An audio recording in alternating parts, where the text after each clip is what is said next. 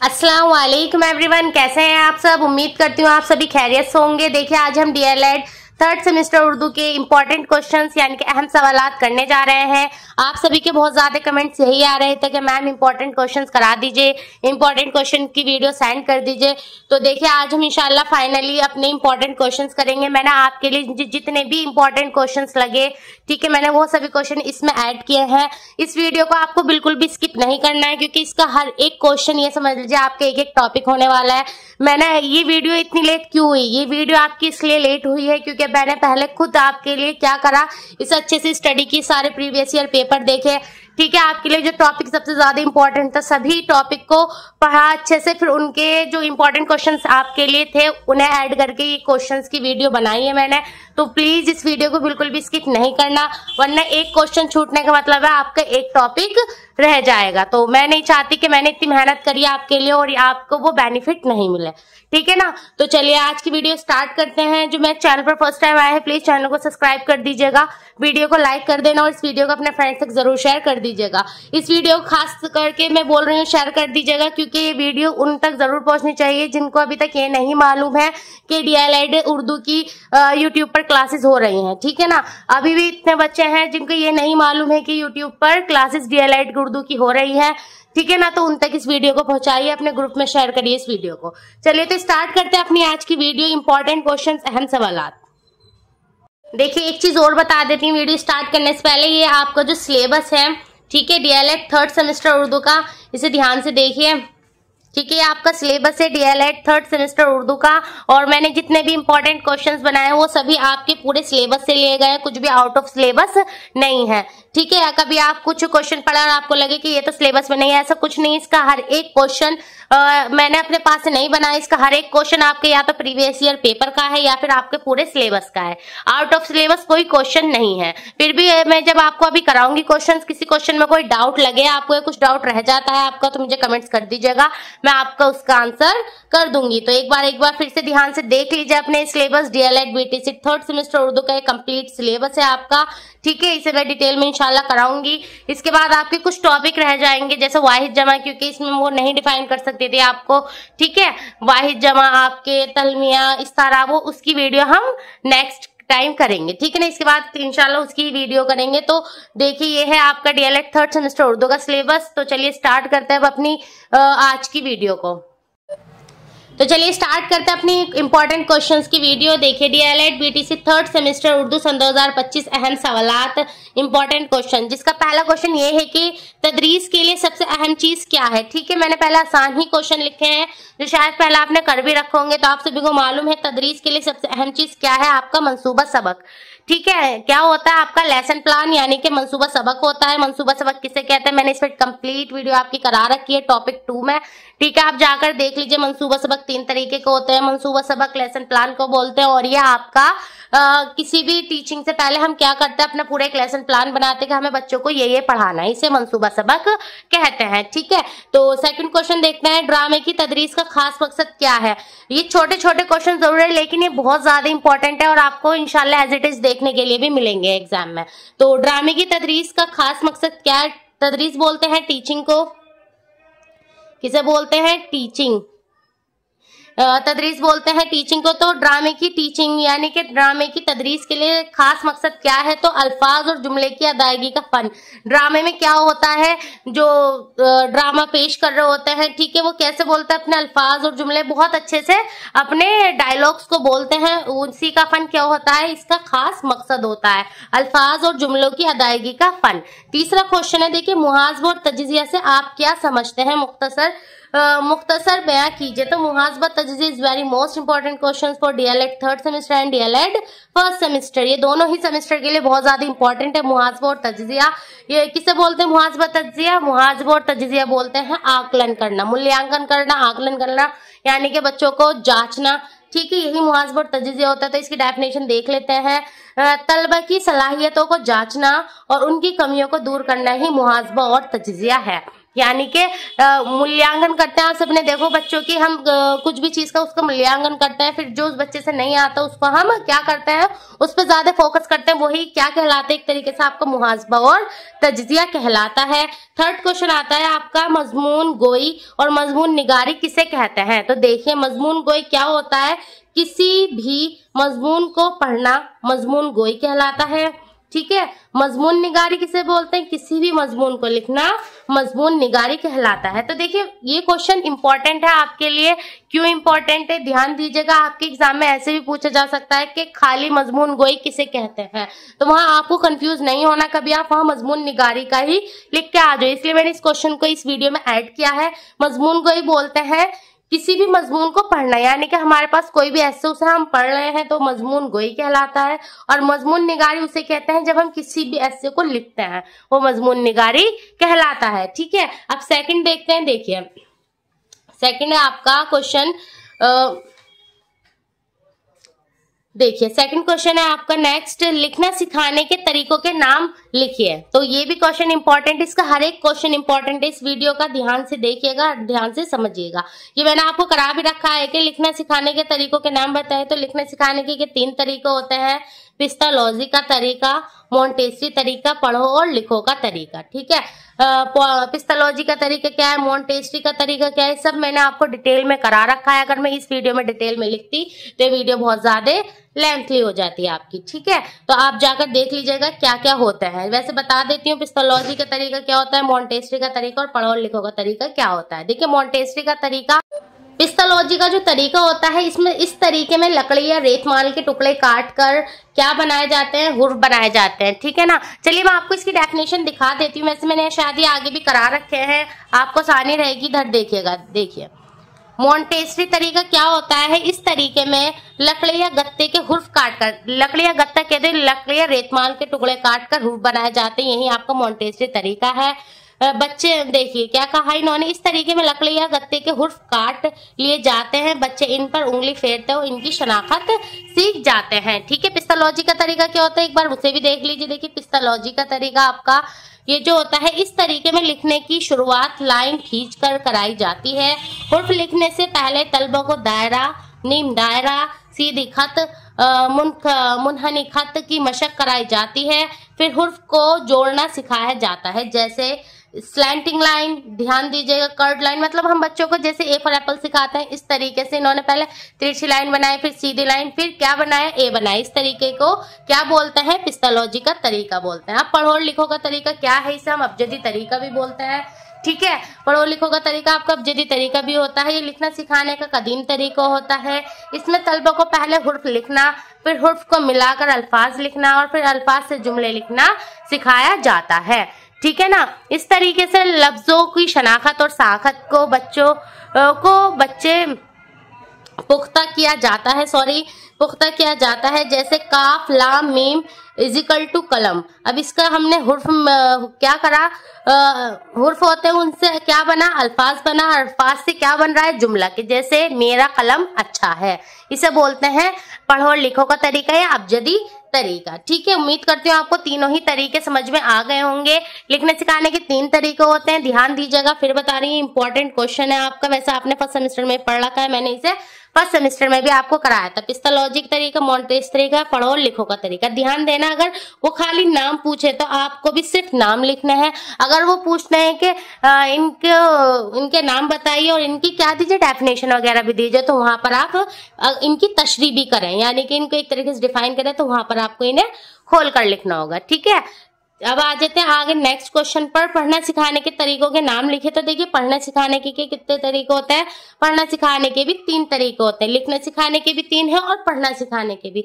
तरकीबी तरीका, तहलीली तरीका और मखलूत तरीका। ये मैंने आपको पूरा इस पे चैप्टर करा रखा है और आपने वो वीडियो देखी भी होगी। जिसने नहीं देखी वो जाकर अपना ये वीडियो देख लीजिए, आपको चैप्टर 2 में मिल जाएगा। डीएलएड फर्स्ट सेमेस्टर के में भी करा रखा है और आपको भी मैंने ये क्वेश्चन चैप्टर करा रखा है। ठीक है ना, अब आगे देखिए, कवायद किसे कहते हैं, ये इंपॉर्टेंट क्वेश्चन है, सारे क्वेश्चन इंपॉर्टेंट है।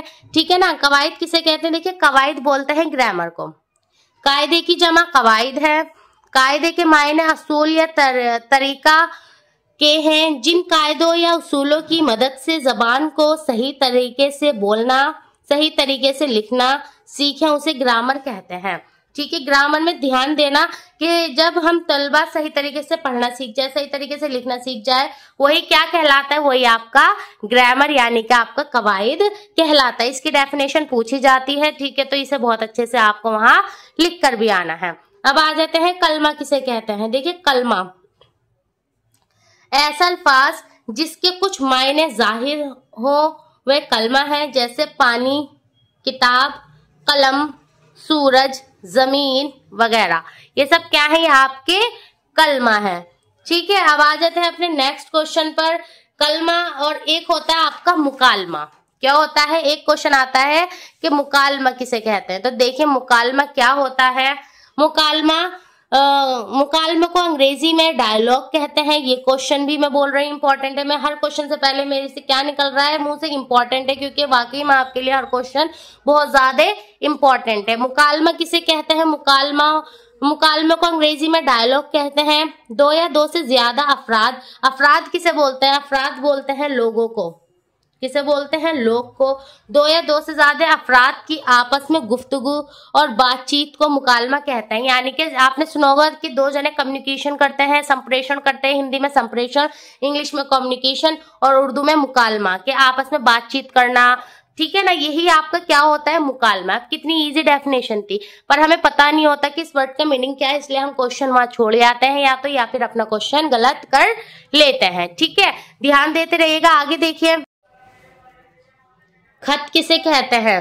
तो देखिए, खत को अंग्रेजी में लेटर कहते हैं। दो अफराद के दरमियान तहरीरी राब्ता खत कहलाता है। गालिब ने खत को आधी मुलाकात कहा है। तो देखिए, खत क्या है, खत को अंग्रेजी में लेटर कहते हैं, आप सभी को मालूम है। दो अफराद यानी कि दो लोगों के दरमियान जो हम लिखकर बातचीत करते हैं कि मैंने इसे कुछ लिखा और भिजवा दिया, वो हमारा लेटर होता है, यानी कि खत कहलाता है। गालिब ने खत को आधी मुलाकात कहा है। ठीक है, आगे आ जाइए। मजमून किसे कहते हैं।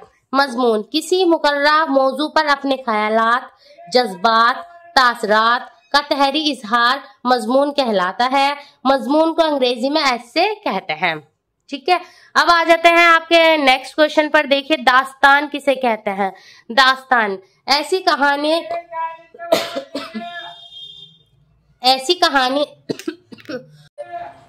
दास्तान किसे कहते हैं। दास्तान ऐसी कहानी जो मफूक अलफित्री अनासिर पर मुश्तमिल हो, उसे दास्तान कहते हैं। मुल्ला वजही ने सबसे पहली दास्तान सबरस लिखी। ये मैंने आपको उर्दू अदब के असनाफ वाले चैप्टर में कराया था क्वेश्चन, और मैंने आपको बताया भी था मफूक अलफित्री अनासिर किसे कहते हैं। मफूक अलफित्री अनासिर उन्हें बोलते हैं जिसमें जादुई या तिलिस्मी बातों का क्या किया जाए, इजहार किया गया हो। ठीक है ना, उनको हम क्या बोलते हैं, मफूक अलफित्री अनासिर। जैसे जिन, देवता, इन चीज के बारे में कहा गया वो दास्तान में ही कहा जाता है। ठीक है, आगे देखते हैं क्वेश्चन अपना। जबान सीखना कौन सा अमल है। ये क्वेश्चन छोटा सा है, बहुत ज्यादा इंपॉर्टेंट है। जबान सीखना आपका इक्तसाबी अमल है। इक्तसाबी किसे बोलते हैं, एक्वायर करना, अर्जन करना। एक चीज होती है, हम इंग्लिश है, मान लीजिए मेरे से उर्दू आती है पर मेरे से इंग्लिश नहीं आती। ठीक है, फॉर एग्जाम्पल बता रही हूँ, तो मैं क्या करूंगी, इंग्लिश के लिए कोई कोचिंग लूंगी या फिर मैं अपने किसी भी लैंग्वेज, उस लैंग्वेज को सीखने के लिए टीचर हायर करूंगी। ठीक है, तो वो अलग हो जाता है, वो होता है आमोजिश। क्या बोलते हैं उसे, आमोजिश बोलते हैं, कि हम सीख रहे हैं। एक होता है इक्तिसाब यानी कि एक्वायर करना, जिसे हिंदी में अर्जन बोलते हैं। ये आपके सीटेट के लिए भी इंपॉर्टेंट है ये क्वेश्चन। ठीक है, इक्तिसाब क्या होता है, इक्तिसाब जो हमसे खुद से आ जाता है। अब आप एक बात बताइए, जब आप बच्चा कोई भी पैदा होता है तो जो धीरे धीरे बड़ा होता है वो अपनी खुद मातृभाषा खुद सीख जाता है, मादरी जबान खुद सीख जाता है। वो अपनी, उसे कोई सिखाता तो नहीं, उसे उस बच्चे ने उस भाषा को क्या करा, उस बच्चे ने उस भाषा को इक्तिसाब करा। इक्तिसाब यानी कि उसने उसे अर्जन किया। ठीक है, एक्वायर किया, उसे बोलेंगे इक्तिसाब। तो जबान कोई सी भी हो, जबान सीखना कौन सा अमल होता है, जबान सीखना इक्तिसाबी अमल है कि जबान हमसे हमारी खुद से ही आ जाती है बोलनी। हमें किसी ने हिंदी बोलनी नहीं सिखाई, हमें खुद से ही आती है क्योंकि हम इंडिया में रहते हैं। ठीक है, चलिए आगे नेक्स्ट क्वेश्चन देखते हैं। ड्रामा किसे कहते हैं। देखिए, ड्रामा ऐसी कहानी जो किरदारों के हरकत व सकनात और मुकालमों की मदद से पेश की जाए, वो ड्रामा कहलाती है। ठीक है, छोटी सी डेफिनेशन है ड्रामा की। ड्रामा क्या होती है, वो कहानी जो किरदारों के हरकत, यानी कि जब एक कोई भी एक्टर है वो क्या कर रहा है, उसको एक्ट कर रहा है, किसी की भी एक्टिंग को एक तरीके दर्शा रहा है, वही आपका क्या कहलाता है, ड्रामा कहलाता है। ठीक है ना। चलिए आगे देखते हैं, मर्सिया किसे कहते हैं। देखिए मर्सिया लफ्ज रसा से बना है, जिसके मायने रोना मातम करने के हैं। ठीक है, याद रखिएगा, इसे ब्लैक पेन से ही हाईलाइट कर आना है, रोना और मातम करने के। किसके रोना और मातम करने के हैं? मर्सिया से मुराद वो नज़म मुराद की जाती है जिसमें किसी मरने वाले के औसाफ बयां किए गए हों। ठीक है, एक तरीके से मर्सिया किसी के दुख पर बयां की जाती है। ठीक है, वहीं उसका अपोजिट होता है कसीदा। ठीक है, बस याद रखिएगा, मर्सिया जो होती है किसी के भी रोना या मातम करने, इजहार करने को मर्सिया कहते हैं। ठीक है, वहीं कसीदा किसे कहते हैं? कसीदा अरबी जबान का लफ्ज है। कसीदा अरबी जबान के लफ्ज कसद से निकला है, जिसके मायने इरादा करने के हैं।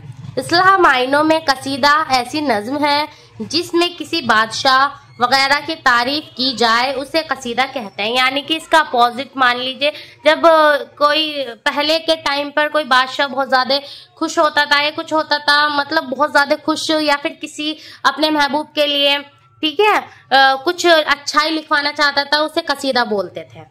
ठीक है, एक मान लीजिए किसी की भी खुशी में जो बयां किया जाए वो कसीदा होता है, और किसी के मरने पे जो बयां किया जाए वो मर्सिया होती है। यानी किसी मरने पर जो नज़म लिखी जाए वो मर्सिया, और किसी के खुशी पे जो नज़म लिखी जाए वो कसीदा कहलाता है। ठीक है, आगे आ जाते हैं। देखिए नसर किसे कहते हैं? नसर किसे कहते हैं? नसर के लग़वी मायने बखेरने के हैं, मगर इस्लाह में इस कलाम को नज्म कहते हैं जो बरखिलाफ नज्म हो, यानी कि जो नज्म के अपोजिट हो वो नसर है। ठीक है, क्या कहा इन्होंने? नसर लग़वी मायने बखेरने के हैं, मगर इस्लाम में उस कलाम को नसर कहते हैं जो बरखिलाफ नज्म हो, जो नज्म के अपोजिट हो। नसर लिखने वाले को नसर निगार कहते हैं। ये हो गई आपकी नसर की डेफिनेशन। आगे आ जाइए, फिर आ जाए आपका नज्म, कि नज्म किसे कहते हैं। तो देखिए नज्म अरबी जबान का लफ्ज है जिसके लग़वी मायने लड़ी में मोती पिरोने के हैं। अशार का वह मजमुआ जिसमें सिर्फ एक ही ख्याल अदा किया गया हो उसे नज्म कहते हैं। यानी कि किसी एक ही चीज पर जो लिखी जाए उसे नज्म कहते हैं। जैसे खुदा की तारीफ नज्म मैंने आपको कराई थी, कब कराई थी? जब मैंने आपको मंसूबा सबक कराया था। तो मंसूबा सबक की वीडियो देख लीजिएगा, उसमें मैंने नज्म कराई थी आपको, खुदा की तारीफ। उस पूरी नज्म में एक चीज पर ही नज्म लिखी गई थी, वो थी खुदा की तारीफ। ठीक है ना, तो वही बोल रहे हैं कि अशार का वह मजमुआ जिसमें सिर्फ एक ही ख्याल अदा किया गया हो नज्म कहलाता है। चलिए अब नेक्स्ट क्वेश्चन देखते हैं, इसमें किसे कहते हैं। अब ये जो ग्रामर पोर्शन है आपका, ये वेरी वेरी मोस्ट इंपॉर्टेंट है डीएलएड थर्ड सेमेस्टर के लिए। मैं वैसे कवायद पर अलग से पूरी एक वीडियो बनाऊंगी आपकी उर्दू ग्रामर पर, क्योंकि इसमें तो मैंने सिर्फ आपकी क्या लिए हैं, सिर्फ इस्म ज़मीर इन सब की डेफिनेशन लिए, लेकिन इस्म की कितनी किस्में होती हैं, ज़मीर की कितनी किस्में होती हैं, सिफ्त क्या होता है, उनको डिटेल में हम किस में करेंगे, नेक्स्ट वीडियो या फिर अपने कवायद उर्दू ग्रामर जो वीडियो मैं आपकी बनाऊंगी उसमें हम सारा इसे डिटेल में भी एक बार और करेंगे, क्योंकि ये बहुत ज़्यादा इंपॉर्टेंट है। वैसे मैंने इसमें इसलिए ऐड किया है क्योंकि कुछ बच्चे क्या करते हैं कि सिर्फ इंपॉर्टेंट क्वेश्चन की वीडियो देख लो, चलो हमें और तैयारी नहीं करनी है। ठीक है, क्योंकि बच्चों को मालूम है खाली इंपॉर्टेंट क्वेश्चंस की वीडियो भी देख के गए थे लास्ट ईयर बच्चे, तो वो जिनको बिल्कुल भी उम्मीद नहीं थी अल्लाह के करम से वो भी पास हो गए थे। तो आप भी क्या करना है, आपको भी इस अच्छे से वीडियो को देखना है, और जो अलग से भी मैं आपको कराऊंगी इसमें, यानी कि कवायद किसे कहते हैं, उसे जरूर देखना है, क्योंकि इसमें मैं आपको इसम की सारी किस्में कराऊंगी, जमीर की सारी किस्में कराऊंगी। ठीक है, अगर मैं चाहती तो इसमें भी ऐड कर देती, पर वीडियो बहुत ज्यादा लेंथली हो जाती। मैं नहीं चाहती कि मेरे कोई भी स्टूडेंट बोर हो पढ़ते पढ़ते, थोड़ा पढ़े पर अपना अच्छे माइंड फ्रेश के साथ पढ़े। चलिए आगे देखिए, इस्म किसे कहते हैं। इस्म बोलते हैं नाउन को।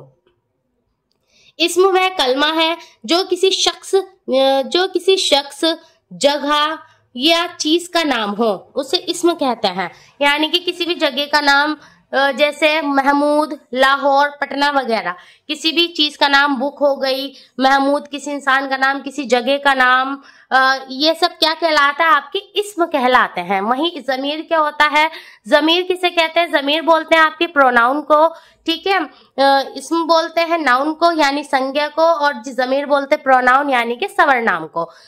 हिंदी में बता दिया, इंग्लिश में भी, उर्दू में भी, तीनों लैंग्वेज में बता दिया है, पर इसको अच्छे से समझना है, ठीक है। फिर भी नहीं समझ में आ रहा तो मुझे कमेंट्स कर दीजिएगा। देखिए जमीर वह कलमा है जो इस्म की जगह बोला जाए, जैसे मैं, तुम, हम, ये वगैरह। देखिए जो इस्म होता है वो तो किसी जगह, चीज, इंसान का नाम होता है, ठीक है। लेकिन जमीर जो होता है जो इस्म की जगह बोला जाए, जैसे मैं बोल रही हूँ, मान लीजिए मैंने कहा इरम यहाँ आओ, वहीं मैं इरम हटा के कह दिया तुम यहाँ आओ, ठीक है। तो इस्म की जगह मैंने क्या यूज करा, जमीर का यूज करा, इसी को हम जमीर कहते हैं। किसी को बुलाना, हम, तुम, ये, वे वर्ड, ये सब क्या है, ये आपके जमीर है यानी के प्रोनाउन, जिसे इंग्लिश में ही, शी, इट, दे बोलते हैं, ठीक है। वहीं आता है आपका सिफ्त किसे कहते हैं, सिफ्त होता है आपकी एडजेक्टिव। इसको सुनते ही मैं आपको एक बात बता दी, एडजेक्टिव होता है खास बात, किसी चीज की खासियत, ठीक है। अभी डेफिनेशन भी बताऊंगी और एग्जाम्पल भी बताऊंगी। सिफ्त वह कलमा है जो इस्म या जमीर की अच्छाई या बुराई जाहिर करे, इस्म या जमीर की क्या करे, अच्छाई या बुराई जाहिर करे। जैसे काली छतरी, सफेद दूध, सुर्ख गुलाब और बुरा आदमी। अब जो काली छतरी है, ये छतरी की खासियत क्या है कि वो काली है, ठीक है। काला होना उसकी क्या हो गई, उसकी सिफ्त हो गई, उसका एडजेक्टिव हो गया।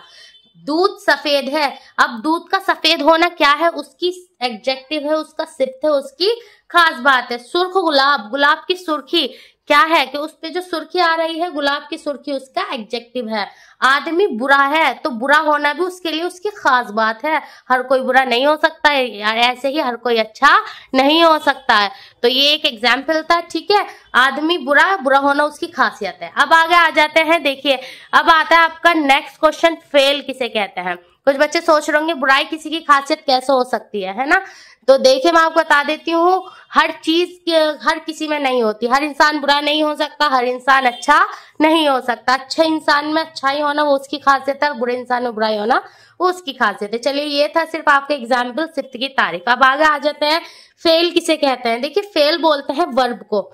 फेल वे कलमा है जिससे किसी काम का करना या होना समझा जाए, यानी कि किसी भी काम का करना या होना समझा जाए, हमारा फेल वर्ब कहलाता है, जिसको हम क्रिया बोलते हैं, ठीक है। जैसे हामिद आया तुम पढ़, हामिद आया तुम पढ़े, मैं खाता हूँ, आमिर ने गाड़ी चलाई, ये सब क्या है, क्रिया कर रही हैं, ठीक है। क्रिया कैसे कर रही हैं, फेल कैसे है, हामिद आया, हामिद खड़ा नहीं, उसने क्रिया करी जब भी तो आया, यानी कि वो चल के आया होगा, किस चीज से आया, वो आया ना, यही फेल है। तुम पढ़े यानी कि तुमने पढ़ा, पढ़ाई करी ना उसने, कैसे करी, बैठ के करी, कुछ भी करी, उसने पढ़ाई करी, वो एक तरीके से क्रिया हो गई, ठीक है। आमिर गाड़ी चलाई, आमिर है वो चला रहा है, क्रिया कर रहा है, तो ये फेल हो गया, इसे बोलते हैं फेल यानी कि वर्ब। अब मैं उम्मीद करती हूँ आपको इस्म, जमीर, सिफ्त, फेल यहाँ तक सबको समझ में आया होगा। चलिए अब देख लेते हैं एडवर्ब, जिसे बोलते हैं उर्दू में तमीज। देखिए नेक्स्ट क्वेश्चन है, तमीज किसे कहते हैं। तमीज यानी कि हमारा एडवर्ब। एडवर्ब तमीज वे कलमा है जो फेल या सिफ्त की कैफियत बयां करे, जैसे बहुत मीठा, तेज रोशनी, मजेदार खाना। इन जुमलों में जो ये बहुत, तेज, मजे, ये सब क्या है, ये सब आपकी तमीज है, ठीक है ना। इसे क्या बोलते हैं, इसे तमीज बोलेंगे यानी कि एडवर्ब बोलेंगे। फिर बताती हूँ, तमीज वे कलमा है जो फेल या सिफ्त, ध्यान देना, फेल और सिफ्त की कैफियत बयां करे, उसे हम तमीज कहते हैं। जैसे मीठा, बहुत मीठा, तेज रोशनी, मजेदार खाना, इन जुमलों में बहुत तेज और मजेदार, ये सब क्या है, तमीज है। इतनी डेफिनेशन इनफ है, अगर ये क्वेश्चन आता है तो आपको इंशाल्लाह पूरे ही नंबर मिलेंगे। अब नेक्स्ट क्वेश्चन पे आते हैं, हुर्फ किसे कहते हैं। तो देखिए हुर्फ वह कलमा है जो किसी दूसरे कलमे से मिले बगैर समझ में ना आए, यानी कि किसी और से मिले बगैर वो समझ में नहीं आए। जैसे सीन और या से, हा और रा हर, मीम और या में, काफ अलिफ का, काफ या की, काफा को, ता काफ तक, ठीक है, से, हर, में, का, की, को, तक वगैरह सब क्या है आपके हुर्फ कहलाएंगे, ठीक है। उम्मीद करती हूँ हुर्फ की डेफिनेशन भी आपको बहुत अच्छे से समझ में आ गई होगी, ठीक है। अब देखते हैं अपना नेक्स्ट क्वेश्चन। हमारा नेक्स्ट क्वेश्चन है, देखिए नेक्स्ट क्वेश्चन है, उर्दू जबान की अहमियत पर मुख्तसर नोट लिखें। ये भी बहुत ज्यादा इंपॉर्टेंट है आप सभी के लिए क्वेश्चन। उर्दू जबान की अहमियत पर मुख्तसर नोट लिखिए, जबान की अहमियत पर जबान की अहमियत बताइए, या उर्दू जबान की हमारी जिंदगी में क्या अहमियत है, स्कूली निसाब में उर्दू जबान की अहमियत बताइए। जितने क्वेश्चन बताए सबका एक आंसर है ये, ठीक है, ध्यान देना। स्कूली निसाब में उसकी अहमियत पूछे, या फिर आपकी जिंदगी में उर्दू जबान की अहमियत पूछे, या उर्दू जबान की अहमियत पर नोट लिखने के लिए कहें, सबका आंसर यही लिख कर आना है। तो ध्यान से पढ़ना, ध्यान से समझना। मैंने इतनी कोशिश की है कि आपको छोटी सी वीडियो में आपको सब कुछ मिल जाए, ठीक है। आगे देखते हैं उर्दू जबान की अहमियत। उर्दू जबान की इंसान की जिंदगी में बहुत अहमियत है। इंसान समाजी हैवान है जो तन्हा नहीं रह सकता। सही बात है, इंसान एक ऐसा है, कोई भी अकेला नहीं रह सकता अपनी जिंदगी में। किसी को कोई ना कोई, किसी न किसी का साथ चाहिए, चाहे माँ बाप हो, भाई बहन हो, हस्बैंड वाइफ हो, कुछ भी हो। क्या है, इंसान तन्हा नहीं रह सकता। चाहे फ्रेंड्स हो, जो तन्हा नहीं रह सकता वह हमेशा खानदान, समाज, रिश्तेदारों, दोस्त, अहबाब से ताल्लुक कायम करता है, ठीक है। हमारा सभी का खानदान होता है, समाज होता है, हमारे आसपास के नेबर्स होते हैं, रिश्तेदार होते हैं, दोस्त होते हैं, हमारे अहबाब होते हैं। इन सब से हम क्या करते हैं, ताल्लुक कायम रखते हैं, ठीक है ना। इस सारे ताल्लुकात की बुनियाद क्या होती है, जबान होती है, ठीक है ना। हमारे जितने भी रिश्ते बनते हैं, हम कैसे बनाते हैं, कोई हमें फर्स्ट टाइम मिला, हम वो एकदम हमसे कोई हमारा बेस्ट फ्रेंड बन जाएगा, नहीं। पहले हम उससे क्या करेंगे, बात करेंगे, उसके बारे में जानेंगे, ठीक है ना। कहते हैं कि इससे वाइब मैच नहीं हुई तो हम उससे नहीं बोलते हैं। जिससे हमारी वाइब मैच होती है, यानी कि जो हमारे जैसे होता है, ठीक है, वो क्या बनते हैं, हमारे फ्रेंड्स बनते हैं। तो हम बातचीत से कैसे पता लगा रहे हैं, जबान के जरिए, यानी कि लैंग्वेज के जरिए लगा रहे हैं। तो इस सब की बुनियाद क्या है, हमारी जबान है। इनके अलावा मुख्तलिफ मज़ाहिब, मुमल्लिक, फर्कों के बाहमी ताल्लुकात की बुनियाद भी जबान है। जबान के जरिए लोग एक दूसरे के ख्यालात से वाकिफ होते हैं और इनके ताल्लुकात बनते और मजबूत होते हैं। तो एक चीज और बता देती हूँ, जो हमारी जबान होती है, इससे हमारे क्या होते हैं, हम अपने ख्यालात, अपने जज्बात का इजहार कर पाते हैं, और जो हमारे किसी से भी रिलेशन होता है, ताल्लुकात होते हैं, वो क्या होते हैं, मजबूत होते हैं। तो ये थी उर्दू जबान की अहमियत, ठीक है। उम्मीद करती हूँ आपको समझ में आया होगा। अगर कुछ नहीं समझ में आया है तो मैं फिर बोलती हूँ, कमेंट सेक्शन ऑन है, आप कमेंट्स करिए। आप जितने ज्यादा कमेंट्स करते हैं मुझे अच्छा लगता है, क्योंकि मैं आपके हर कमेंट्स का रिप्लाई करती हूँ। अब आगे देखिए, जबान सीखने की सही तरतीब क्या है। तो ये क्वेश्चन छोटा सा है पर बहुत ज्यादा इंपॉर्टेंट है। जबान सीखने की सही तरतीब आपकी सुनना, बोलना, पढ़ना, लिखना। यही आपकी फन्नी महारतें भी हैं। फन्नी महारतें किसे कहते हैं मैंने डिटेल में करा रखा है। फन्नी महारतें की सही तरतीब भी यही है, सुनना, बोलना, पढ़ना, लिखना।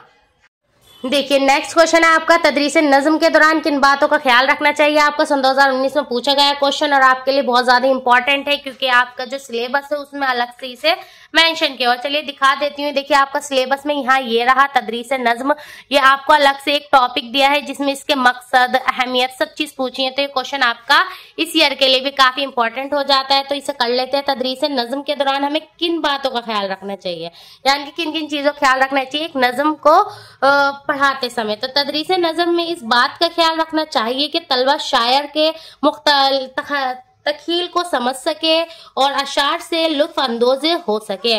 बच्चों में रहमदिली, सच्चाई, ईमानदारी और हुब अलवतनी के जज्बात फरोग पा सकें, ठीक है ना। इन चीजों का ख्याल रखना चाहिए। अब नेक्स्ट क्वेश्चन देखते हैं अपना, आईसीटी किसे कहते हैं, इसका मुकम्मल शक्ल क्या है। तो देखिए आईसीटी ऐसी तकनीक है जो सूचना का संचार करे। इसे हिंदी में क्या बोलते हैं, इसे हिंदी में अपना हम संचार ही बोलते हैं, ठीक है ना, कि किसी चीज को संचार करना। आईसीटी देखिए नेक्स्ट क्वेश्चन है आपका, आईसीटी किसे कहते हैं, इसकी मुकम्मल शक्ल क्या है। आईसीटी ऐसी तकनीक जो सूचना का संचार करे उसे आईसीटी कहते हैं। आईसीटी को क्या बोलते हैं, ये सूचना का संचार करती है, ठीक है ना, सूचना का संचार करे इसे आईसीटी कहते हैं। आईसीटी के इस्तेमाल से तदरीस को और बेहतर बनाया जा सकता है, ठीक है ना। आईसीटी की मुकम्मल शक्ल यानी कि इसकी फुल फॉर्म क्या है, तो इसकी फुल फॉर्म है इंफॉर्मेशन कम्युनिकेशन टेक्नोलॉजी, ठीक है। ये क्वेश्चन आया हुआ है कि आईसीटी की फुल फॉर्म बताइए, और नीचे आपको 4 ऑप्शन दे देंगे मारूजी सवालात में। Information communication teaching, information communication मतलब अलग अलग वर्ड करके दे देंगे, कम्युनिकेशन के बजाय कंप्यूटर डाल देंगे। तो आप ध्यान रखिएगा, कि क्या है, इंफॉर्मेशन कम्युनिकेशन टेक्नोलॉजी की है इसकी फुल फॉर्म आईसीटी की, और ये क्या होती है, सूचना का संचार करती है, इसे ही हम आईसीटी कहते हैं। अब आ जाते हैं अपने next question, very most important question पर। वेरी मोस्ट क्यों कहा है आपको पता चल जाएगा, क्योंकि डीएलएड थर्ड सेमेस्टर में इस क्वेश्चन को पूछा गया है और काफी टाइम पूछा गया है, तो आपके लिए इंपॉर्टेंट हो जाता है। रस्मुल खत किसे कहते हैं? रस्मुल खत को अंग्रेजी में स्क्रिप्ट कहते हैं। चनाचा रस्मुल खत किसी जबान को लिखने की मयार सूरत का नाम है। इतनी सी डेफिनेशन आपके सामने आई है ये, पर आप अगर इसे डिटेल में पढ़ेंगे ना, आईसीटी हो, रस्मुल खत हो, नज्म की तदरीस हो, ये पूरे बहुत अच्छे खासे लंबे चैप्टर हैं। ठीक है, तो आपके लिए बहुत शॉर्ट में बहुत मेहनत से वीडियो बनाई गई है, तो इसे लाइक जरूर कर दीजिएगा वीडियो को। तो रस्मुल खत बोलते हैं आपके स्क्रिप्ट को, जिसे हिंदी में लिपि बोलते हैं। ठीक है, लिपि बोलते हैं। जैसे हिंदी हमारी देवनागरी लिपि में लिखी गई है, उर्दू हमारी फारसी लिपि में लिखी हुई है, ये सब क्या है, हमारे रस्मुल खत यानी कि स्क्रिप्ट्स लिपि हैं। उम्मीद करती हूँ आपको इसकी डेफिनेशन समझ आई होगी, और इससे अलग भी जितने क्वेश्चन करा रही हूँ सब समझ में अब तक आ रहे होंगे, और जो नहीं आ रहा है समझ क्वेश्चन उसे मुझसे कमेंट्स के थ्रू पूछ लीजिएगा। नेक्स्ट क्वेश्चन आता है, इल्म सिर्फ किसे कहते हैं? चलिए इस क्वेश्चन को ध्यान से देखते हैं और ध्यान से समझते हैं। देखिए इल्म सिर्फ क्या होता है। इल्म सिर्फ कवायद ज़बान का वो हिस्सा है जिसमें हम अल्फाज, इनकी बनावट और इनकी बाहमी ताल्लुकात पर बहस करते हैं, इल्म सिर्फ कहलाता है। जैसे यानी कि मसलन खेलना से खेल, खिलाड़ी, खेलेगा वगैरह लफ्ज की बनाना इस जमरे में आता है। ठीक है ना, इल्म सिर्फ एक ही तरीके कितने तरीके से इन्होंने बयां किया, इसी को हम इल्म सिर्फ कहते हैं। चलिए अपना नेक्स्ट क्वेश्चन देखते हैं। नेक्स्ट क्वेश्चन क्या है? देखिए नेक्स्ट क्वेश्चन है, गजल किसे कहते हैं? ठीक है, गजल अरबी जबान का लफ्ज है जिसके लग़वी मायने हुस्न इश्क की बातें करना, औरतों से गुफ्तगू करना। ये एक ऐसी सिन्फ है जो मखसूस अनासिर तरकीबों पर मुश्तमिल है, जिसमें काफिया, रदीफ, मतलब, मक्ता और तखल्लुस शामिल है। बस याद रखिएगा गजल की डेफिनेशन इतनी है, हुस्न इश्क की बातें करना, औरतों से बातें करना और औरतों की बातें करना, ये है गजल की डेफिनेशन। ठीक है, अब आ जाते हैं गजल के पहले शेर को क्या कहते हैं। गजल के पहले शेर को मतला कहते हैं। ये क्वेश्चन बहुत ज्यादा इंपॉर्टेंट है, ध्यान दीजिएगा। मतला, मक्ता ये आपको ऑप्शन में दे देंगे और ऊपर मारूदी सवालात में आपको लिख कर देंगे कि गजल के पहले शेर को क्या कहते हैं, और नीचे 4 ऑप्शन होंगे जिसमें एक मतला होगा, एक मक्ता और 2 अलग से जरूर देंगे। तो याद रख लीजिएगा, मतला गजल के पहले शेर को बोलते हैं, मक्ता गजल के आखिरी शेर को बोलते हैं। गजल के आखिरी शेर को क्या कहते हैं? तो गजल का आखिरी शेर को मक्ता कहते हैं। ठीक है, गजल के पहले शेर को मतला कहते हैं। गजल के बीच के शेर को क्या कहते हैं? गजल के बीच के शेर को फर्द कहते हैं। गजल के सबसे अच्छे शेर को क्या कहते हैं? तो बेतुल गजल कहते हैं। आपको मैंने उर्दू गजल और नज्म की तदरीस पर एक टॉपिक कराया है, वहां पर मैंने गजल को पूरा डिटेल में करा रखा है। उसके बारे में, गजल के बारे में किस किस के कॉल है, वो कॉल एज इट इज आपके पेपर में आए हुए भी हैं। ठीक है, तो उस टॉपिक को जाकर देख लीजिएगा बहुत अच्छे से। गजल को मैंने डिटेल में पढ़ा रखा है, इतनी लंबी वीडियो भी नहीं है, 10 या 15 मिनट की वीडियो है और पूरा आपकी समझ में आ जाएगा। चलिए अब नेक्स्ट क्वेश्चन देखते हैं। नेक्स्ट क्वेश्चन क्या है? देखिए नेक्स्ट क्वेश्चन है, तदरीस की मुआविन अशिया से क्या मुराद है? मसाल भी पेश कीजिए। तदरीस की मुआविन अशिया से क्या मुराद है? मुआविन अशिया, आप कुछ बच्चे सोच रहे होंगे मुआविन अशिया तो हमने डीएलएड फर्स्ट सेमेस्टर में पढ़ा था, तो मैम क्यों पढ़ा रही हैं? फिर बता देती हूँ, डीएलएड फर्स्ट सेमेस्टर और थर्ड सेमेस्टर के काफी टॉपिक सिमिलर हैं और बहुत ज्यादा आते भी हैं। जैसे मुआविन अशिया, बुलंद ख्वानी, मादरी जबान, ये आपके दोनों ही सेमेस्टर में बहुत ज्यादा इंपॉर्टेंट है। आप कहें तो मैं question paper first semester third semester दोनों का दिखा दूंगी आपको। जितना ज्यादा इंपॉर्टेंट मादरी जबान फर्स्ट सेमेस्टर के लिए, उतना ही ज्यादा इंपॉर्टेंट थर्ड सेमेस्टर के लिए। ऐसी मुआविन अशिया और ये आपके फर्स्ट सेमेस्टर के लिए भी इंपॉर्टेंट है और थर्ड सेमेस्टर के लिए और भी ज्यादा इंपॉर्टेंट है। ठीक है, तो इसलिए मैं आपको करा रही हूँ, ध्यान से देखिएगा। मुआविन अशिया, मुआविन अशिया को अंग्रेजी में टीएलएम बोलते हैं, टीचिंग लर्निंग मटेरियल बोलते हैं। उस्ताद दौरान तदरीस में सबक को बेहतर, तफहीम, मौसिर और दिलचस्प बनाने के लिए क्लास में जिन अशिया, ठीक है, जिन अशिया यानी कि जिन मटेरियल का यूज करते हैं, जिन मटेरियल यानी कि जिन अशिया को इस्तेमाल करते हैं, उनको तदरीसी मुआविन अशिया कहा जाता है। कितनी इजी सी डेफिनेशन है, आपको मैं ऐसे ही बता देती हूँ। हमारी क्लास में हमारे उस्ताद आते हैं, हमारे टीचर आते हैं, आप देखते हैं हमारे लिए क्या होते हैं, वो चौक लेकर आते हैं, क्योंकि उन्हें मालूम है वो तख्ता सियाह पर किससे हमें सिखाएंगे, चौक से सिखाएंगे। डस्टर होता है उनके पास, पेन होता है, पेंसिल होती है, किसी टीचर हमें समझाने के लिए चार्ट लाती है, ये सब आपकी क्या कहलाते हैं? आपके मुआविन अशिया कहलाते हैं। ध्यान दिया, कितनी इजी डेफिनेशन जो टीचर हमारे सामने लेकर आते हैं सब सामान, ये हमारा टीचिंग लर्निंग मटेरियल यानी कि मुआविन अशिया कहलाता है। हमें पता सब कुछ है, ठीक है, बस क्या है हमें उन वर्ड्स का मायने नहीं पता होता उर्दू में, इसलिए हम अच्छा खासा क्वेश्चन को भी छोड़ कर आ जाते हैं। जैसे खुशखती, खुशखती बच्चों ने क्वेश्चन छोड़ दिया था लास्ट टू लास्ट ईयर। और खुशखती होता क्या है, बचपन से हमें टीचर नकल करने के लिए बोलती है, हैंड राइटिंग साफ कर लो। खुशखती को अंग्रेजी में हैंड राइटिंग बोलते हैं और खुशखती यानी कि नकल करना, ये होती है खुशखती। इतनी डेफिनेशन में लिख देते पूरे नंबर आ जाते, पर क्या बच्चे को इतना ज्यादा मालूम ही नहीं है, उर्दू इतनी ज्यादा पढ़ी नहीं, इतना सीरियस उर्दू सब्जेक्ट को लिया नहीं, बस इसी वजह से उर्दू बच्चों की वीक होती है। आगे देखिए, जबान की तदरीस में मुआविन अशिया को 3 हिस्सों में तकसीम किया गया है, समी अशिया, बसरी अशिया, समी व बसरी अशिया। अभी मैं आपको समी अशिया, बसरी अशिया, समी बसरी तीनों अशिया बताऊंगी। समी अशिया किसे बोलते हैं, समी अशिया वे वसाइल होते हैं जिनके जरिए तुलबा कुछ सुन के सीखता है, सुन के, ठीक है। बसरी अशिया वो होते हैं जिनके जरिए तुलबा कुछ देख कर सीखता है, और समी बसरी अशिया क्या होते हैं जिसमें तुलबा सुन भी सकता है और देख भी सकता है, जैसे कंप्यूटर, लैपटॉप वगैरह, ठीक है। और समी अशिया के एग्जाम्पल रेडियो, बसरी अशिया के एग्जाम्पल ब्लैक बोर्ड यानी कि तख्तासिया। अब इसके मुंदरजा झेल हैं मुआविन अशिया की चंद मिसालें भी इन्होंने हमसे मांगी थी, यानी कि एग्जाम्पल पूछे थे, तो हमने यहाँ पर किस तरीके से लिखा कि मुआविन अशिया की चंद मिसालें मुंदरजा झेल हैं। कौन कौन सी, किताब, चार्ट, नक्शे, तख्तासिया, chalk, film, flash card, duster. Flash card क्या होता है, फ्लैश कार्ड बोलते हैं एक आपके पास मान लीजिए यहाँ छोटा आ से अनार लिखा है और उसी कार्ड के पीछे अनार की पिक्चर बना रखी है, ठीक है। अब हम स्टूडेंट को छोटा से अनार दिखाएंगे और दूसरे बच्चे के हाथ में एक अनार की पिक्चर दे देंगे और एक आम की, तो बच्चों से देखकर बताएगा क्या होता है, छोटा से क्या आता है, अनार आता है। इस तरीके से फ्लैश कार्ड होता है, ठीक है ना, क्योंकि कुछ बच्चे पूछ रहे थे मैम फ्लैश कार्ड किसे कहते हैं, आपको मैं नेक्स्ट वीडियो में दिखा भी दूंगी, आपके लिए मैं लेकर आ जाऊंगी, कोई बात नहीं कि फ्लैश कार्ड होता क्या है। डस्टर, लैपटॉप, कंप्यूटर, प्रोजेक्टर वगैरह ये सब आपके मुआविन अशिया हैं। उम्मीद करती हूँ मुआविन अशिया बहुत अच्छे समझ में आया होगा। डेफिनेशन आए तो ये लिख देना, खाली आपके एग्जाम्पल पूछे तो ये लिख देना।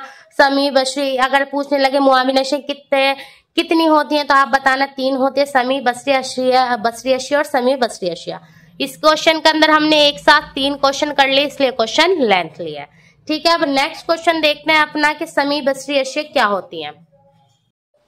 देखिए, समी अशिया जिसको समाती आलात या समी आलात भी कहते हैं, ठीक है ना, इसकी डेफिनेशन क्या है, समी आलात या समी अशिया से आप क्या समझते हैं, तो ऐसे वसाइल जिनको सुनकर तलबा कुछ सीख सके उन्हें समी अशिया कहते हैं। बस ध्यान यहाँ पर देना है, सुनकर। जब कोई तलबा या स्टूडेंट कुछ चीज सुनकर सीख रहा है तो उसे हम क्या कहेंगे, उसे हम समी अशिया कहेंगे, ठीक है ना। जैसा आपका रेडियो, ग्रामफोन, टेप रिकॉर्डर वगैरह सुनकर तलबा को सीख सके उन्हें समी अशिया कहते हैं, यानी समी का ताल्लुक सुनने से है। समी अशिया का ताल्लुक किससे, सुनने से है। इसके एग्जाम्पल बहुत ज्यादा इंपॉर्टेंट है, वो क्वेश्चन इस तरीके से बनता है, रेडियो कौन सी अशिया है, तो आप कहेंगे रेडियो समी अशिया है। कि लंग व फोन या ग्राम फोन कौन सी अशिया है, तो ये आपकी समी अशिया है। अब आ जाते हैं बसरी अशिया है, बसरी आलात पर। बसरी अशिया है, बसरी आलात किसे कहते हैं, ऐसे वसाइल जिनको देखकर तलबा कुछ सीख सके उन्हें बसरी अशिया कहते हैं, जैसे तख्तासिया, चार्ट, मॉडल, फिल्म प्रोजेक्टर वगैरह। अब आते हैं आपके समी अशिया, बसरी अशिया। बसरी अशिया का ताल्लुक किससे है, सिर्फ देखने से है। समी का सुनने से, बसरी का देखने से, और समी बसरी का अशिया का ताल्लुक दोनों से है। समी बसरी अशिया किसे कहते हैं, समी आलात या बसरी आलात के नाम बताइए, तो आप वहां लिखना है ऐसे वसाइल जिनको देख और सुनकर तलबा को सीख सको उन्हें समी बसरी अशिया कहते हैं, जैसे टीवी, कंप्यूटर, लैपटॉप वगैरह। ये हो गया आपकी समी अशिया, बसरी अशिया, समी और बसरी अशिया। आगे देखते हैं अपने नेक्स्ट क्वेश्चन। देखिए, इस क्वेश्चन को भी ध्यान से देखना। मुआविन अशिया और आलात तदरीस एक ही हैं, ठीक है। टीचिंग लर्निंग मटेरियल को भी बोलते हैं। आलात तदरीस के नाम लिखिए। तो देखिए, निसाबी तालीम को मौसर और कामयाब बनाने के लिए तदरीसी आलात के इस्तेमाल पर जोर दिया जा रहा है और इसकी बेहद अहमियत है।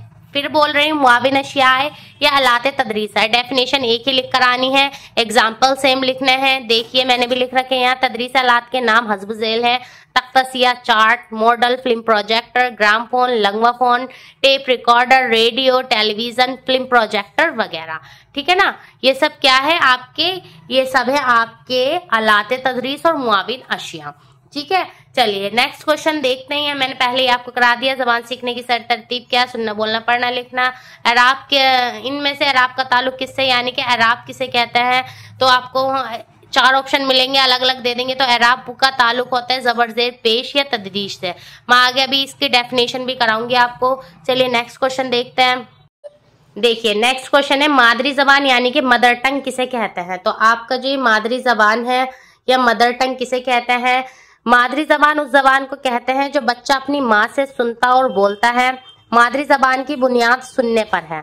ठीक है, मादरी जबान यानी कि मदर टंग, मातृभाषा, ये सब हमारी मादरी जबान होता है। और मादरी जबान हम किससे सीखते हैं, अपने माँ से सीखते हैं। ठीक है, चलिए मादरी जबान क्या होता है, हम अपनी माँ से सुनते हैं, जो हमारी माँ बोलती है। ठीक है ना, जो हम अपनी माँ से सुनते हैं वही हम सीख लेते हैं, तो वही हमारी मादरी जबान यानी कि मातृभाषा कहलाती है। नेक्स्ट क्वेश्चन देखिए, इबारत ख्वानी कितने किस्म की होती है। क्वेश्चन इंपॉर्टेंट है, इंपॉर्टेंट मार्क कर लीजिएगा, फर्स्ट सेमेस्टर के लिए भी और थर्ड सेमेस्टर के लिए भी। देखिए इबारत ख्वानी 2 किस्म की होती हैं। कौन कौन सी, बुलंद ख्वानी और खामोश ख्वानी। बुलंद ख्वानी क्या होती है, इबारत जब आवाज से पढ़ी जाए तो उसे हम बुलंद ख्वानी कहते हैं। बुलंद ख्वानी में लफ्ज को आवाज से जाहिर करना जरूरी होता है और इसकी मुखारिज का दुरुस्त होना जरूरी है, यानी कि बुलंद ख्वानी यानी कि लाउड रीडिंग। अब इस पेज को मैं आपके सामने तेज आवाज से पढ़ रही हूँ, तो यानी कि मैं बुलंद ख्वानी कर रही हूँ। यही मैं इस पेज को मन मन में बिना आवाज के पढ़ने लगूं तो उसे मैं बोलेंगे खामोश ख्वानी यानी कि साइलेंट रीडिंग। सेकंड होती है खामोश ख्वानी यानी कि साइलेंट रीडिंग। इबारत जब खामोशी, इबारत किसे बोलते हैं, टेक्स्ट को बोलते हैं। कोई भी टेक्स्ट, कोई भी कहानी, कोई भी मजमून, कोई भी ड्रामा, कुछ भी है, हम उसे लिखा हुआ है उसे हम पढ़ रहे हैं। इबारत जब खामोशी से पढ़ी जाए तो उसको हम खामोश ख्वानी कहते हैं, यानी कि साइलेंट रीडिंग। ठीक है, ये था। ये अब आ जाते हैं नेक्स्ट क्वेश्चन पे, फन्नी महारतें कौन कौन सी हैं, ये फन्नी महारत किसे कहते हैं। तो फन्नी महारतें आपकी 4 होती हैं। जबान की 4 महारतें हैं जिनको हुसूल की वजह से ही जबान पर महारत हासिल है इसी को। ठीक है, 4 महारतें होती हैं जबान की, कौन कौन सी, सुनना बोलना पढ़ना लिखना, फन्नी महारतें हैं। ठीक है, डेफिनेशन है फन्नी महारतें किसे कहते हैं, तो आप कहना जबान की 4 महारतें होती हैं, उन्हीं को फन्नी महारत कहते हैं, जैसे सुनना बोलना पढ़ना लिखना। ठीक है, ये था फन्नी महारतें। उर्दू दफ्तरी जबान कब बनी थी, उर्दू दफ्तरी जबान 1832 में बनी थी। चलिए नेक्स्ट क्वेश्चन देखते हैं। देखिए एराब किसे कहते हैं, मैंने कहा था इसे आगे कराऊंगी। तो जबर जेर पेश तस्दीद को एराब कहते हैं। आमतौर पर उर्दू तहरीर में एराब नहीं लगाए जाते। ठीक है, एराब क्या होता है याद रखिए, जबर जेर पेश को एराब बोलते हैं। वो ऑप्शन मारूजी सवालात में 4 ऑप्शन देंगे आपको, जहां जीम दाल रा या अलिफ बे पे ये जबर जेर पेश ये लिख कर देंगे तो इसमें सही और इनमें से कोई नहीं। इस तरीके से वो 4 ऑप्शन देंगे तो उसमें सही ऑप्शन होगा आपका जबर जेर पेश को एराब कहते हैं। ऑल इंडिया प्राइमरी एजुकेशन को नस्ल का कयाम कब अमल में आया था, तो 1957 में आए थे। मैंने फर्स्ट सेमेस्टर में भी आप सभी को कराए थे, तो ये क्वेश्चन आपके दोनों ही सेमेस्टर के लिए बहुत ज्यादा इंपॉर्टेंट है। चलिए आप नेक्स्ट क्वेश्चन देखते हैं। देखिए क्वेश्चन आएगा, बुनियादी तालीम से क्या मुराद है, बुनियादी तालीम किसे कहते हैं। तो बुनियादी तालीम, गांधी जी ने सबसे पहले हिंदुस्तान की तहरीरी आज़ादी के दौरान बुनियादी तालीम का तस्वुर किया। गांधी जी ने बुनियादी तालीम बनाया था। अगर क्वेश्चन आता है बुनियादी तालीम किसने बनाया, तो आप कहना महात्मा गांधी जी ने बुनियादी तालीम बनाया था। इसे वर्ल्ड स्कीम एजुकेशन, नई तालीम के नामों से भी जाना जाता है। गांधी जी ने 23 अक्टूबर 1937 को बुनियादी तालीम का मंसूबा बनाया। बुनियादी तालीम से मुराद तलबा की जिस्मानी, ज़हनी, समाजी, तालीमी और मुआशी नशोनुमा था। आज बुनियादी तालीम को यूनिवर्सिटी की सतह पर फाउंडेशन कोर्स कहा जाता है। अगर ये आता है फाउंडेशन कोर्स किसे कहते हैं, तब भी आप यही डेफिनेशन लिखकर आना कि ऐसे से बनाता और जी बुनियादी तालीम को अब फाउंडेशन कोर्स कहा जाता है यूनिवर्सिटी की सतह पर।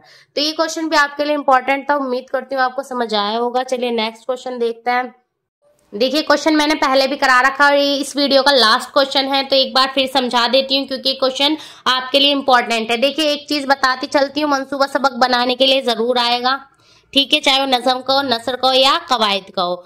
ठीक है, मैंने मंसूबा सबक पे डिटेल में वीडियो बना रखी है, पर मैं आपको दिखा भी दूंगी इस वीडियो में भी। जिस बच्चों ने वीडियो नहीं देखी है जाकर टॉपिक 2 के नाम से ये कंप्लीट वीडियो है मंसूबा सबक की, आप देख लीजिएगा। चलिए पहले मैं इसका मकसद बता देती हूँ। मंसूबा सबक तैयार करने का मकसद बताइए, ये क्वेश्चन आपसे पूछा जाता है और आपके लिए इंपॉर्टेंट भी है। तो मंसूबा सबक तैयार करने का असल मकसद ये है कि तलबा को क्या हासिल करना चाहिए और वह सबक के मवाद बोलते हैं सामग्री को कोई बच्चा पूछ रहा था मैम मवाद किसे कहते हैं, मागरी यानी कि उसका मटेरियल को, मवाद को कैसे सीखेंगे। यहाँ उस्ताद को मंसूबाबंदी करनी चाहिए कि तलबों को क्या पढ़ाना चाहता है और क्यों, और कोई मौजू क्यों पढ़ाया जा रहा है, कि बच्चों को ये पता होना चाहिए कि हम कोई सा भी, मान लीजिए ईमानदारी टॉपिक पढ़ रहे हैं तो वो हम क्यों पढ़ रहे हैं।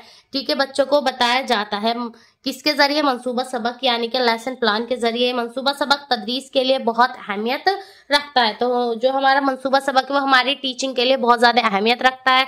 तो ये क्वेश्चन था आपका मंसूबा सबक पर। एक क्वेश्चन आता है आपका मंसूबा सबक तैयार कीजिए, चाहे नज़म पर या नसर पर या कवायद पर। ठीक है, एक बार चले वो भी दिखा देती हूँ। देखिए, वैसे मैंने आपको तीनों पे करा रखे हैं। नज़म नज़म का मंसूबा सबक, ठीक है, ये आपके पेपर के लिए इंपॉर्टेंट है। एक तो नज़म का, एक कवायद का। मैंने ये आपको कराया था खुदा की तारीफ नज़म, इसे मैंने डिटेल में करा रखा है। मैंने नज़म भी दिखाई थी आपको, तो उस वीडियो को जाकर जरूर देख लीजिएगा मंसूबा सबक समझने के लिए। और मंसूबा सबक को ऐसे ही हल्के में नहीं लेना है, 2 नंबर के क्वेश्चन में आपको रखा हुआ जरूर मिलेगा।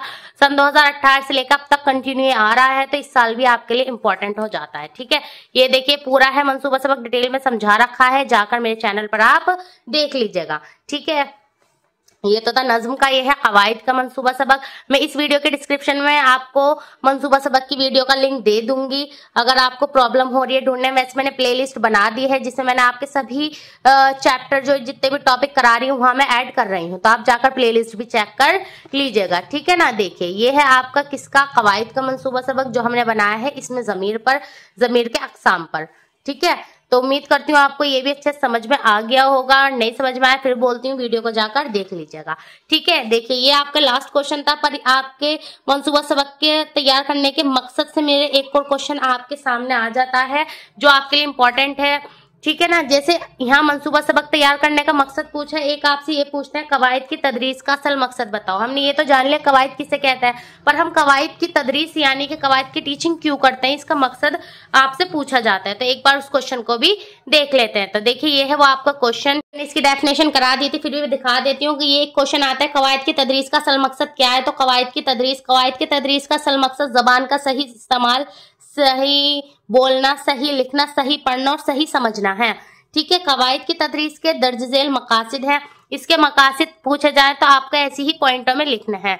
ठीक है, क्या है नंबर 1 पॉइंट, इसका कवायद से जबान की बनावट का इल्म होता है और इस लिहाज से कवायद से इसकी जबान का सही लिखना, सही पढ़ना, सही बोलना आता है। हम किसी भी जबान को सही तरीके से जब भी बोल पाएंगे जब हमें उसकी ग्रामर मालूम होगी। ठीक है ना, तो हम क्या कह रहे हैं, ये जबान का सही बनावट कैसे सीख रहे हैं, हम अपनी कवायद के जरिए सीख रहे हैं, ये इसका मकसद है।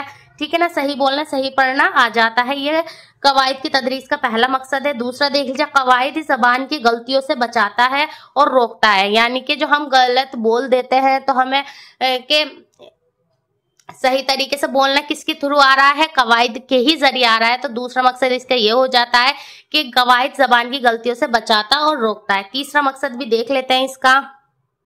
देखिए, तीसरा मकसद भी इन्होंने दिया है। तीसरा मकसद है इसका, मादरी जबान के अलावा दूसरी जबानों पर काबू पाने का बेहतरीन जरिया कवायद है, इसलिए इसकी सही तदरीस जरूरी है। अब आप एक बात बताइए, हम हिंदी है बोलते हैं, ठीक है, या हम उर्दू बोलते हैं, हमें क्या करना है, हमें दूसरी भाषा सीखनी है, चाहे वो इंग्लिश हो या फिर कुछ भी लैंग्वेज हो, कोई सी भी हो। जब तक हमें उस भाषा की ग्रामर नहीं मालूम होगी हम उसे नहीं सीख पाएंगे। ठीक है ना, तो यही कह रहा है, दूसरी जबान पे काबू पाने के लिए यानी कि किसी और की लैंग्वेज सीखने के लिए भी कवायद यानी कि ग्रामर जरूरी है। तो यही इनके 3 मकसद हो जाते हैं। ये आपके लिए कवायद इस बार 3rd सेमेस्टर के लिए बहुत ज्यादा ही जरूरी है, बहुत इंपॉर्टेंट है। तो कवायद का कोई सा ऐसा क्वेश्चन नहीं करना, कोई सा ऐसा क्वेश्चन नहीं छोड़ना है जो हमें आया हुआ हो और हमने नहीं किया हो। तो हमें सभी क्वेश्चन करने हैं कवायद के। अगर आपके पास कोई ऐसा क्वेश्चन है जो आपसे नहीं सॉल्व हो रहा है, ठीक है ना, बच्चे मुझे कमेंट्स करते रहते हैं कि इस बुक में ये क्वेश्चन दिया है मैम, हम पे ये वाली बुक है, तो अगर आपसे नहीं हो रहा है तो परेशान नहीं होना है, आप मुझे उस क्वेश्चन को लिख के सेंड कर दीजिएगा, मैं आंसर बता दूंगी। ठीक है ना।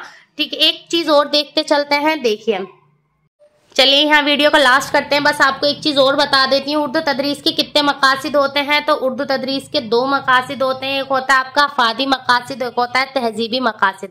अफादी मकासिद होता है बोलना सिखाना, पढ़ना सिखाना, समझना सिखाना और लिखना सिखाना। तहजीबी मकासिद होते हैं सोके सलीम की तरबियत, अखलाक की तरबियत, फैसला और तखील की मशक। एक क्वेश्चन अगर इस तरीके से आपसे देने लगे उर्दू तदरीस के मकासिद बताइए, ठीक है, और वहां आपको दे दे बोलना सिखाना, समझना सिखाना, जोके सलीम की तरबियत, इनमें से सभी, तो आपको कंफ्यूज नहीं होना है। अच्छे तो अफादी मकासिद है, तहजीबी मकासिद है, नहीं है तो सारे उर्दू तदरीस के मकासिद ही है। डिवाइड तो हमने कर दिए ना अफादी मकासिद और तहजीबी मकासिद में। तो आपको कौन सा ऑप्शन पे टिक लगाना है, आपको इनमें से सभी ऑप्शन पर टिक लगाना है, ठीक है ना। इस तरीके से आपको अपना क्वेश्चन अटेम्प्ट करना है। कोई भी ऐसा डाउट हो, जो इतने मैंने इस वीडियो में आपको जितने क्वेश्चन पढ़ाए हैं उनमें कुछ किसी भी क्वेश्चन में कोई डाउट रह गया हो तो आप मुझे कमेंट्स कर दीजिएगा, मैं आपको उसका आंसर कर दूंगी। उम्मीद करती हूँ ये वीडियो आपके लिए बहुत ज्यादा यूजफुल होने वाली है और इंशाल्लाह यूजफुल रहेगी भी, क्योंकि मैंने बहुत मेहनत से आपके लिए बनाई है। यकीन मानिए मैंने पूरा आपके डीएलएड 3rd सेमेस्टर की पूरी बुक्स, पूरे प्रीवियस ईयर पेपर अच्छे से छान लिए, पढ़ लिए, तब उसके बाद ये वीडियो बनाई है। तो उम्मीद करती हूँ ये आपको बहुत ज्यादा हेल्प करेगी आपके एग्जाम्स के लिए, ठीक है। इतनी मेहनत की, सिर्फ आपसे एक लाइक चाहती हूँ, तो इस वीडियो को लाइक जरूर करिएगा, सब्सक्राइब कर दीजिएगा चैनल को, इस वीडियो को अपने फ्रेंड्स तक जरूर शेयर कर दीजिएगा। तो चलिए जल्द ही मिलेंगे हम नेक्स्ट वीडियो में नेक्स्ट टॉपिक के साथ। ही हमारा ये है कंप्लीट सिलेबस डीएलएड का, ठीक है। एक बार इसे देखते चलते हैं कितना हमने कर लिया है, क्या क्या हमारा रह रहा है। तो देखिए हमने अब तक क्या क्या कर लिया। इंशाल्लाह वैसे एग्जाम से पहले हम इसे कंप्लीट कर ही लेंगे। कुछ बच्चे वो भी होंगे इस वीडियो में जो इसे एग्जाम से मे बी 15 दिन पहले देख रहे होंगे, तो उन बच्चों से सिर्फ इतना ही कहना चाहूंगी, खाली इसी वीडियो को नहीं करना है आपको। जितने में प्रीवियस ईयर पेपर जब तक इंशाल्लाह करा दूंगी, सारे प्रीवियस ईयर पेपर करके जरूर जाने हैं। और खाली उर्दू के ही नहीं, जितने भी सब्जेक्ट्स हैं आपके सभी सब्जेक्ट के प्रीवियस ईयर पेपर जरूर करना, क्योंकि डीएलएड 3rd सेमेस्टर हो या 1st सेमेस्टर हो या कोई सा भी सेमेस्टर हो, प्रीवियस ईयर पेपर से क्वेश्चन बहुत ज्यादा रिपीट होते हैं, ठीक है ना। तो ये उन बच्चों के लिए था छोटा सा मैसेज। चलिए देखिए हमने चैप्टर 1 यानी कि अपना टॉपिक 1 भी कर लिया है, हमने टॉपिक 2, टॉपिक 3, टॉपिक 4 सब कुछ कर लिया है। हमने यहाँ तक कि मंसूबा सबक भी कर लिया है, उर्दू अदब के असनाफ भी कर लिए हैं। काफी हद तक हमने अपना सिलेबस कर लिया है, ठीक है। हमारे कुछ ही टॉपिक बचते हैं, जैसे तदरीस नज्म, तदरीस नस्र, इनको भी हमने कर तो रखा है, लेकिन एक बार डिटेल में इन्हें अच्छे से देख लेंगे, ठीक है ना। तो चलिए आज हमारे यहाँ पर ये वीडियो हम एंड करते हैं। उम्मीद करती हूँ वीडियो आपके लिए यूजफुल रहेगी। चलिए जल्दी मिलूंगी आपसे नेक्स्ट वीडियो में, तब तक के लिए टेक केयर, अल्लाह हाफिज।